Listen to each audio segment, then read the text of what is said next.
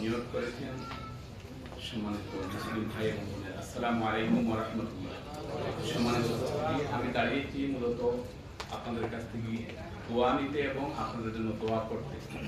সম্মানিত উপস্থিতি, প্রথমে আল্লাহর কাছে দোয়া করি, আল্লাহ রাব্বুল আলামিন আপনাদেরকে যেন সুস্থ শরীরে আপনাদের নির্দিষ্ট সফরের গন্তব্য পর্যন্ত পৌঁছার তৌফিক দান করেন এবং সকল প্রকার বিপদ আপনার মুসিবত থেকে আপনাদেরকে আল্লাহ রাব্বুল হেফাজতে রাখেন।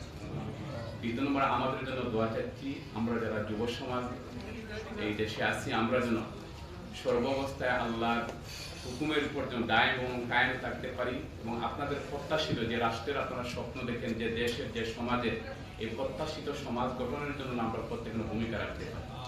তৃতীয় নম্বর, আপনাদের প্রতি অনুরোধ, সম্মানিত উপস্থিতি, এই হজের একটা উদ্দেশ্য, চূড়ান্ত লক্ষ্য উদ্দেশ্য আছে। আল্লাহ রাব্বুল আলামিন কোনো উদ্দেশ্যবিহীন আল্লাহর কোনো ইবাদত নয়, হজও একটা আল্লাহর কি চূড়ান্ত লক্ষ্য উদ্দেশ্য আছে।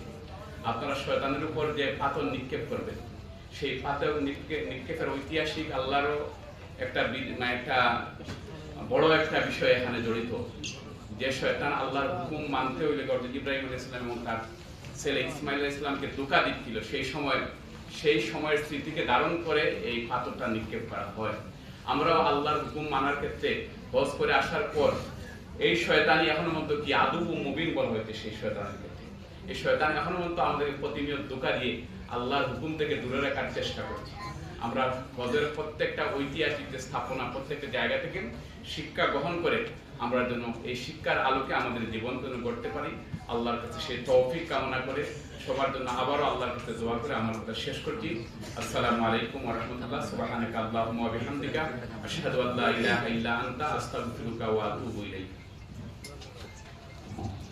আলহামদুলিল্লাহ, এখন পর্যন্ত আমাদের সম্মুখে কথা বলেছিলেন আমাদের আজকের এই প্রোগ্রামের সম্মানিত বিশেষ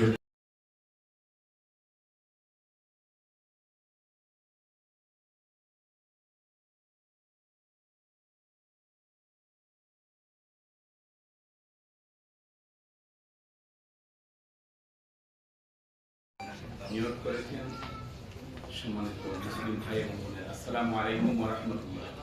সম্মানিত উপস্থিতি, আমি দাঁড়িয়েছি মূলত আপনাদের কাছ থেকে দোয়া নিতে এবং আপনাদের জন্য দোয়া করতে।